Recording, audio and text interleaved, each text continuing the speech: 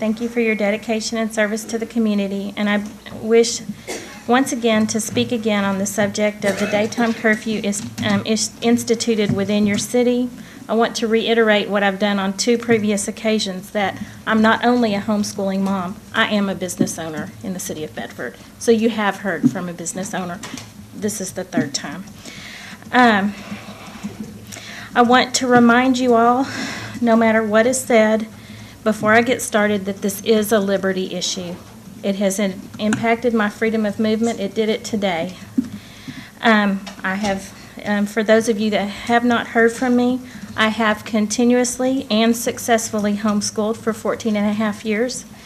I will report that my now college-age student who was homeschooled her entire life has been invited to be a member of the National Honor Society in her at Tarrant County College. We do follow the letter of the law, and no matter what's been said today, I still don't know what we're supposed to do. Today I had to have something notarized quickly that our church lost because my daughters are about to leave for Honduras on Sunday. So I had to leave during our lunch hour, drive to Bedford to my husband's office. It's 116 Bedford Road. He's business partners with somebody on the HEB school board, so our business is divided on the issue. We met with our attorney's paralegal to have the document notarized, and I brought my daughter with. She had to be with me because her signature had to be notarized.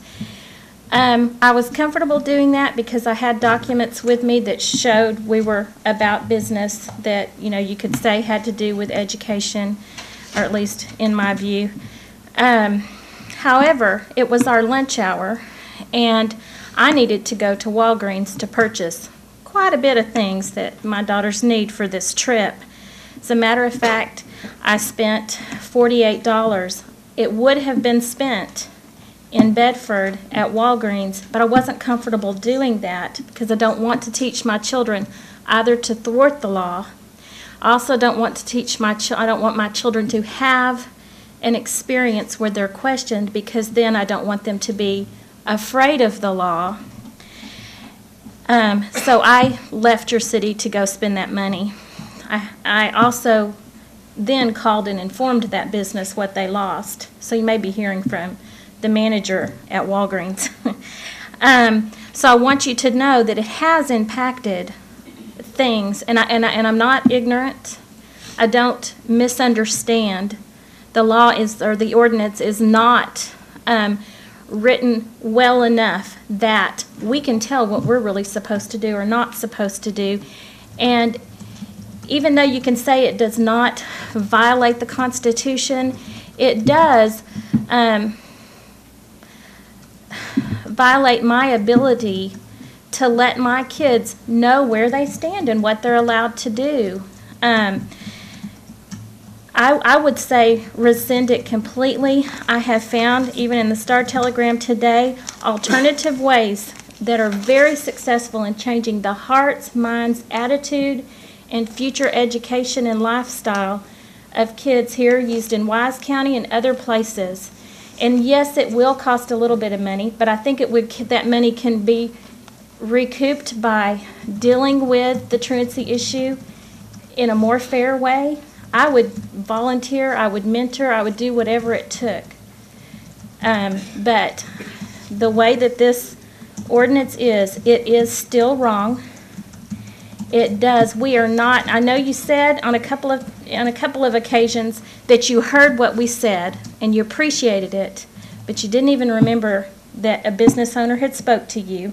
You wrote off what I said every single time. And I would say that people who don't understand liberty should not hold public office. And I would put most of you in that category because you have condescended to us.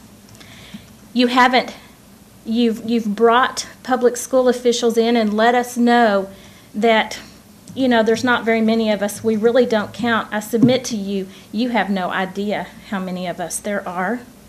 I'm not bullying. I am not any of those things that were mentioned offhand or that have been said to those of us privately by some of you. We are not required to notify any school district that we exist. I tell you, I've homeschooled all these years. Birdville, they don't know I exist. Now, on occasion when I've had to call and ask for this or offer this or help a friend or whatever, we've got along just fine.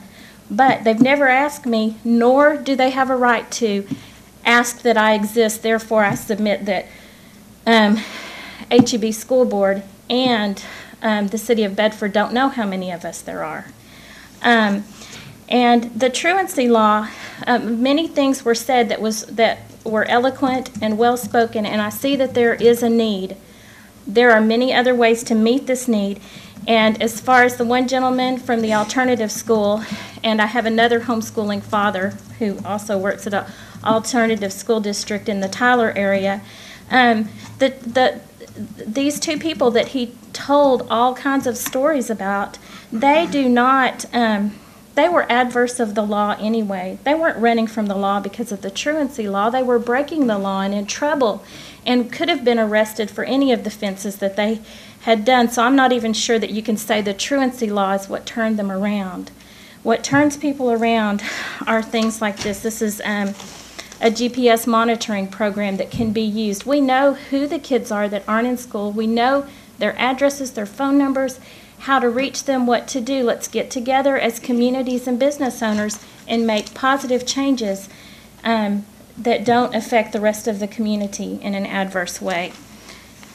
Thank you.